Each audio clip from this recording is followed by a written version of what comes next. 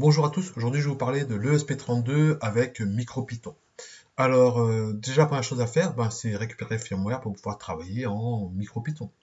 Donc le plus simple, c'est d'aller sur micropython.org, c'est la référence. Vous allez dans documentation, dans doc, et là vous avez MicroPython, doc, vous y êtes, et là vous faites quick référence pour ESP32. Voilà, c'est le plus simple. Une fois que vous y êtes, vous trouvez un truc qui s'appelait Premier pas, et puis vous y allez, et puis là vous allez obtenir le firmware. Donc quand vous êtes dans Premier pas, vous allez obtenir sur une page où il y a tout un tas de composants comme ça, c'est toute une brille, c'est assez long. Vous verrez un peu plus assez bas, module ESP32 générique, ça ressemble à ça, ESP32, et vous cliquez là-dessus pour récupérer un fichier qui s'appelle .bin, un .bin. Voilà. Alors, ça dépend de la version que vous l'avez, mais vous prendrez la dernière version que vous trouverez. Une fois que vous l'avez, le micro-logiciel, voilà, ESP.bin, alors prenez la bonne version. Vous avez différentes versions, encore une fois, ici le .bin. Prenez celui-ci où il y a le BLE, le LAN, le PP, voilà. Prenez la version 1.14, méfiez-vous un petit peu ici parce qu'il y en a plusieurs. Donc prenez le .bin qui permet d'avoir du MicroPython version 1.14 par exemple. Voilà, c'est ce qu'il y a de mieux à faire pour l'instant. Une fois que vous avez fait ça, tout va bien, vous avez bien avancé. Vous lancez maintenant Tony.ide. Alors Tony.ide, c'est l'IDE de Python voilà, qu'on utilise en mathématiques, qu'on utilise en SNT, qu'on utilise dans différentes matières en lycée. Une fois que vous l'avez, la première chose à faire, c'est de faire d'abord de management le plugin chercher ESP Tools. Si vous ne faites pas ça, je crains que ça ne fonctionne pas. Chez moi, je ne l'ai pas fait tout de suite, mais j'avais déjà fait, je ne suis pas sûr, mais je pense que c'est indispensable. Donc vous cherchez ESP Tools. Donc vous tapez là ESP Tools et vous l'installez. C'est pas plus compliqué que ça. Une fois que vous l'avez installé, vous allez aller dans Options. Enfin, il faut peut-être redémarrer TonyIDE, mais bon, une fois que ce sera fait, vous redémarrez TonyIDE, plus simplement pour être sûr, Options, et là vous cherchez, vous allez dans Interpréteur ici, et vous choisissez MicroPython ESP32. Une fois que vous l'avez choisi, celui-ci, vous choisissez ici le port COM sur lequel sera branché votre ESP32. Alors chez moi, c'était le 6, tout simplement.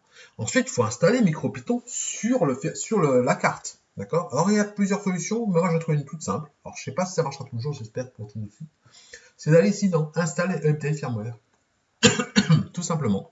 Donc, vous cliquez là-dessus, et ça va s'ouvrir, va vous demander où est votre fichier .bin, vous le téléchargez, vous faites un effacement de la mémoire s'il faut, c'est pas un problème, moi je le fais, oui, bien sûr, et vous validez, et c'est tout ira bien. Donc cliquez là-dessus, ça sera bon. Ensuite, pour programmer, il faudra aussi vous mettre sur ESP30, sur interpréteur, celui-ci et ici, et vous validez. À ce moment-là, vous êtes sur la carte ESP32. Logiquement, quand vous êtes sur une carte ESP32, il va apparaître en bas ici, dans le shell, MicroPython 1.14 sur ESP32. D'accord. Donc si vous voyez ça apparaître, vous êtes sauvé. Tout va bien. À ce moment-là, vous faites un print Hello World et vous verrez bien, ça apparaît au Hello World. Il y a quelque chose d'intéressant aussi à faire, c'est le Help. Vous voyez ici Help.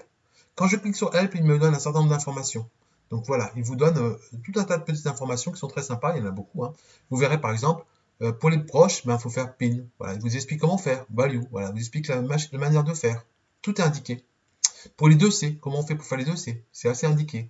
Le scan, 2C scan, vous avez plusieurs petites choses comme ça. Vous pouvez faire un certain nombre de choses, c'est indiqué. Alors vous pouvez tout lire, vous pouvez regarder, mais ça va vous aider à comprendre un certain nombre de petites commandes qu'il faut faire.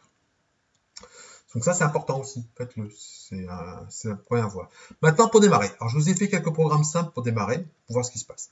D'abord, c'est allumer une LED. On l'a vu pratiquement au-dessus. Vous importez de machine import pin, c'est écrit ici, import machine pin.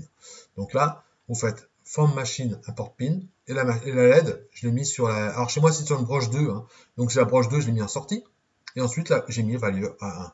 Si vous mettez LED on, ça marchera aussi. Voilà, ça fonctionne aussi. Bon, moi je préfère ça que ça, mais bon, là on va faire comme c'est indiqué ici. Voilà. Donc LED.value, voilà, voilà, ça fonctionne. Aussi simplement que ça, à condition que ça c'est la LED qui est sur votre carte. Alors généralement c'est la broche 2. Il y a quelques cartes où c'est la broche 5, il y a quelques cartes, j'ai déjà vu un peu de tout, donc voilà. Faire clignoter la LED. Alors là, attention, on va importer une fonction, on va importer un time. On va importer time, de time, on va importer une fonction qui va s'appeler sleep, d'accord? C'est pour ça que j'ai ici time.sleep. Parce que ici, j'ai pas importé directement la fonction sleep de time, la librairie time. J'ai apporté toute la librairie time, et à partir de là, je récupère la fonction qui m'intéresse. C'est une autre manière d'écrire. D'accord? Ici, vous voyez, ici, je l'ai fait autrement. From time, import sleep.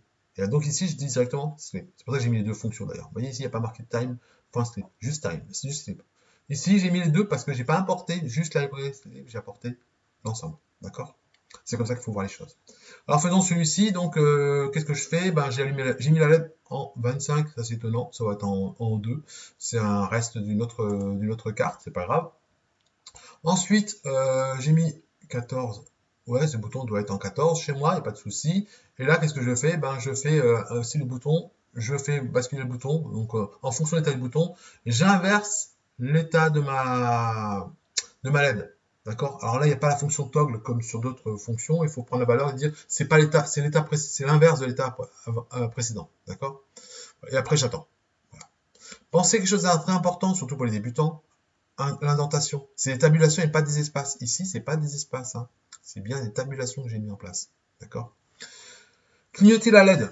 Alors, clignoter la LED, une autre manière de faire clignoter la LED, toujours en broche 2. Cette fois-ci, ça c'est juste. Cette fois-ci, voilà, la value, je l'ai mis à 0. Et là, qu'est-ce que je fais? Ben, je fais l'inverse. Je fais le complément, donc elle passe à 1. Et j'attends une seconde. Et après, comme ça, ça, le while true, ça signifie, c'est la boucle loop hein, en micro C. Hein. Voilà, on retrouve toute la fonction.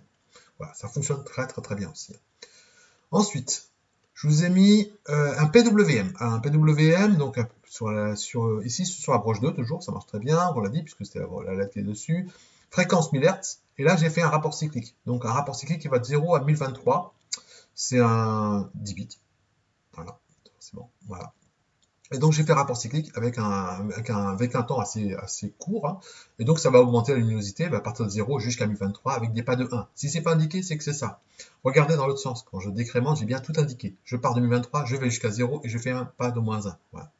Si vous changez ça là-haut, ça fonctionnera aussi dans l'autre sens. D'accord? C'est à vous de choisir dans le sens où vous l'avez. Pour les servomoteurs, c'est rien de plus qu'un PWM, si ce n'est que les valeurs sont limitées, que la fréquence est de 50 Hz. Donc là, j'ai mis le servomoteur sur la broche 4. Et ensuite, je fais un cerveau PWM de broche 4, donc P4, à la fréquence de 50 Hz. C'est comme ça qu'on peut l'écrire. Il y a une autre manière de l'écrire, c'est aussi en dessous, je pense qu'elle est juste aussi, c'est machine PWM, machine pin 4, et puis fréquence 50 Hz. Je pense que si j'ai mis les deux, c'est que les deux sont compatibles. Soit ces deux lignes-là, soit cette ligne-là toute seule.